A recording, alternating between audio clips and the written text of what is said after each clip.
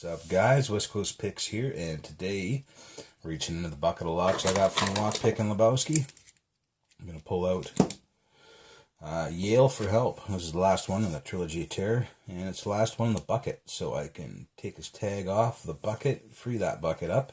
That's actually assuming I get this lock open. I'm pretty sure I will. It is a Yale, as you could probably tell by the name, Yale for Help. Has probably a Y2, which would be a 6-pin key. It's definitely a 6-pin lock, and has threading in every chamber in the Bible, it looks like, because I can see actually through the sides the threading. You can definitely see at the front here, see the threads through, but you might not be able to pick it up on the camera, but I could see the deflection of threads on every chamber here. So this is definitely going to be a serrated lock. Threaded chambers, and probably threaded in the plug as well. And maybe, maybe threw some spools in there or something to mix it up. But generally when you thread a lock like that, there should be a lot of serrateds in there, which I'm kind of expecting. So we'll go top of the keyway here. And we will use this guy for now. If he doesn't do, we'll move on to something deeper after. This is a Yale, so I'm probably going to try to snake around the corner a little bit, and if I can get on this side ledge here without oversetting everything, I will. So let's give this thing a shot, guys. See what the Lockpicking Lebowski put in here. So first I'm going to try to work my way to the back and just get my pick on the ledge, just to see if I can get it on there without oversetting things.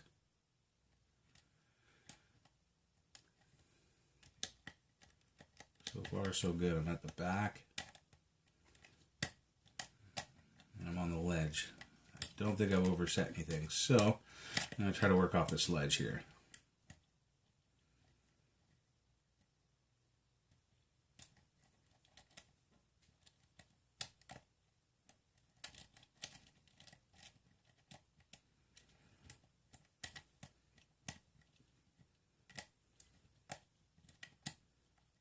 A little bit of a false set out of 6 there. Still getting clicks in the back though.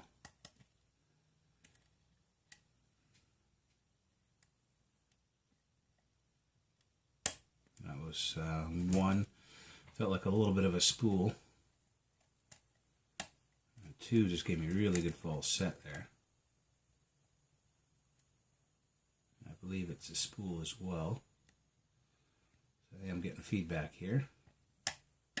Oh, and we're open. All right. So, being a threaded lock, you just go light on the tension, and you thread everything. It pretty much takes the tolerances out of the lock. So, it might be why it opens so quick. Let's find out what's in here. See what the Lockpicking Lebowski put in. Yale for Help. And I will tag this thing up once I'm done here, before I send it back out, so everybody knows where it came from and they know what the name is. I can't guarantee that I'll send the Trilogy of Terror out in one bunch, but I'll try. Let's go.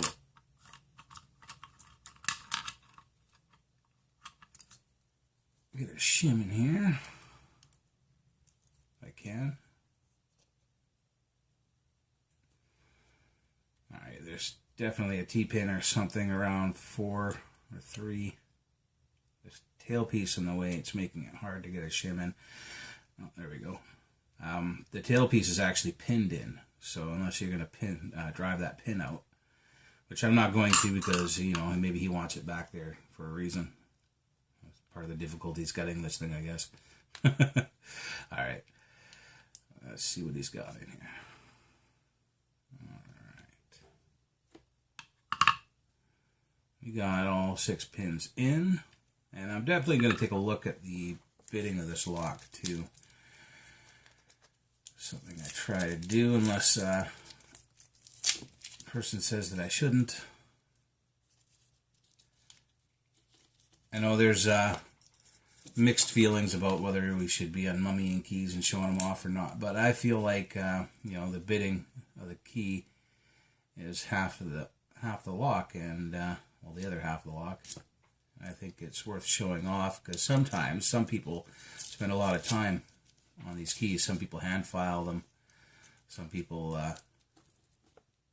work out crazy bittings on their machines and stuff, and it's worth showing. So it's definitely a pretty good bitting for Yale. Looks like we got a nice deep one right in the middle. It's not too deep, actually. Everything works good.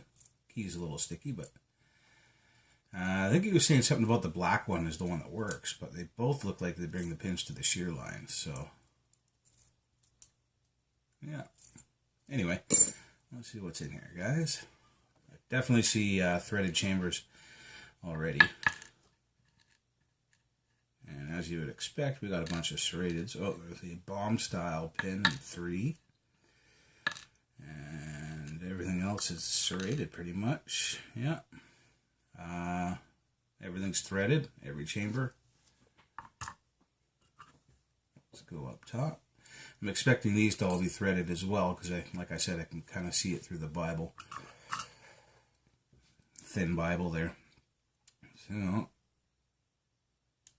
we have serrated. Looks like a factory serrated. A brass pin. Spring, sorry. A factory spool with a steel spring.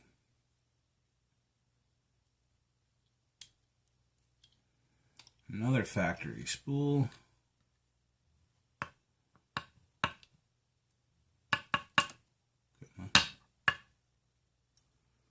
Spring doesn't really want to come out. There we go.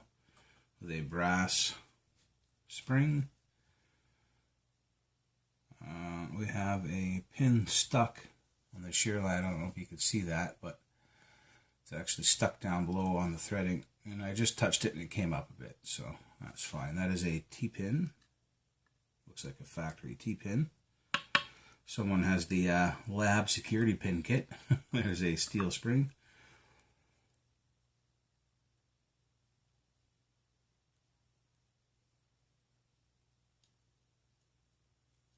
Let's go the other direction here because I'm having trouble seeing it back there. We have a, fired out the back, it is a standard and 6.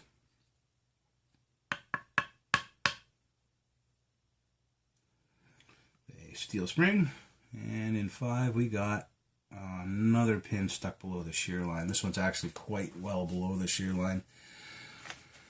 Grab my pick here. Usually if you just push them down, they'll come back up. But this one is not. This one's actually really stuck down there. Crap. Alright, let's try giving it the hammer treatment here.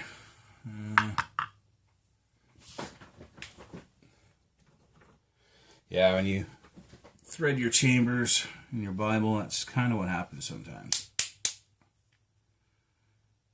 Happens quite often, actually.